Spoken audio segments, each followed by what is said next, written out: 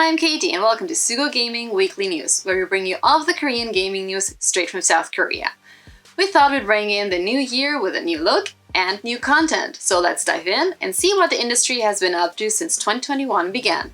It's been a great start to the year for Smilegate, as they announced mammoth increases in new and returning players for their blockbuster flagship MMORPG, Lost Ark.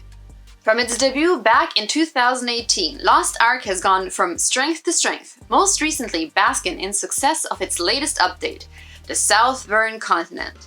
Since the update, Smilegate has announced a 355% increase in new users and a 318% increase in returning players, their highest numbers since August's Season 2 update. They also reported a sharp increase in concurrent users, which means the downside of all the success is the inevitably longer server queues.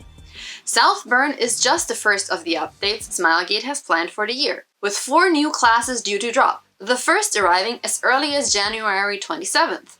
The developers have promised a quicker output of content compared to 2020, as there are less structural overhauls on the cards this year. While Western fans will have to make do with videos and VPNs for the time being, there may be good news on this year's horizon.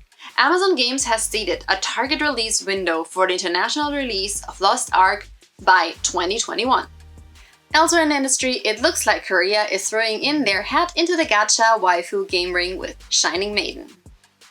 Shining Maiden is the debut release from the Korean studio Big Dipper, allowing players to explore its fantasy sci-fi world in the shoes of its hero Ben, recruiting over 60 or so maidens along the way to help in battles. The mobile game is currently in its soft launch phase and is only available via Android, but the site does promise an iOS version is coming soon. Stay tuned and we'll be sure to keep you updated on any releases, and if you're playing this, be sure to let us know in the comments below as to how it compares to its kin-like Genshin Impact. But if you prefer to be collecting Chosun-era court flower boys instead of waifus, you're apparently not alone, as upcoming mobile game Flowers Embracing the Moon recently surpassed over 350,000 advanced registrations before its launch last week. The romance simulation game from Magic Network has been in development for 2 years and allows a player to pursue a TV drama-worthy court romance with 4 male protagonists, while also showcasing colorful costume content and a casual pet system. Flower Embracing the Moon is now available to download in the Google Play Store, App Store, and One Store.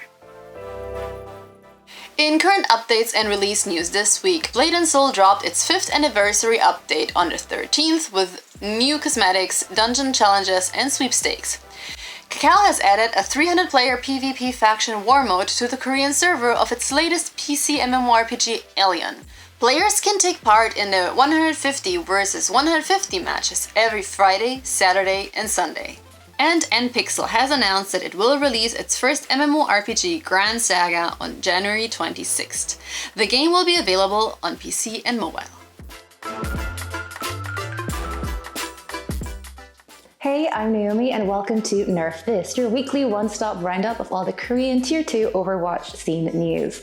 Now, 2021 may have begun in an off-season for the Korean Overwatch scene, but there have been plenty goings-on already, with mass player exodus going to the league, new lineups, new coaches, and some familiar faces making their return. O2 Blast started off the year with an announcement on the 5th that Taru is the latest of their lineup to graduate to the Overwatch League. The projectile DPS has been signed to the Vancouver Titans. With Pelican, Yakpung, and Nico also getting signed to the league at the end of 2020, and Elyos and Kaiser leaving the lineup in January, that leaves O2 with just 5 current players, 6 if you include honorary K-pop singer Niall. We'll keep you updated on who they'll pick up before the season starts. T1 has also played the New Year New Me card with an entire roster wipe to start things off. The team announced on the 8th that they would be parting ways with Perfect, Sven, Ion, Tacker, Fixa, and Physics, i.e. their entire fielded players for 2020. They followed up with an announcement on the 11th that Zest, MN3, Kadalis, Belosria, Cleston, Unique, and Krillin will be stepping into their place. But Cleston and Krillin aren't the only league imports in T1 this year, as they also announced that former X6 champ and Toronto Defiant support Roki has joined the org as a coach. And with Unique going to T1, that leaves Diamond without a support. which is one of the several roles that they're going to need to fill in order to field a full roster this year. Alpha Yi, Half, and Jasper also left Diamond in the last couple of weeks, which means their current roster consists of just DPS Aim and Tank in Hyuk. The team recently posted an open tryout notice on Twitter to find some new gems. And we'll wrap things up with the return of a legend, as Genji has announced that Ryu Jae-hong will be returning to the org as a content creator. 2020 dealt Ryu Jae-hong a rough hand in terms of teams and orgs, but hopefully his return to Genji will bring him better fortune in 2021. That's it for today. Don't forget to hit the subscribe button and tell us in the comments what you think of our new look and what you would like to see on our channel. Also keep an eye out for an upcoming interview with PUBG caster Clinton Paperthin Bader. See you next time. Bye bye!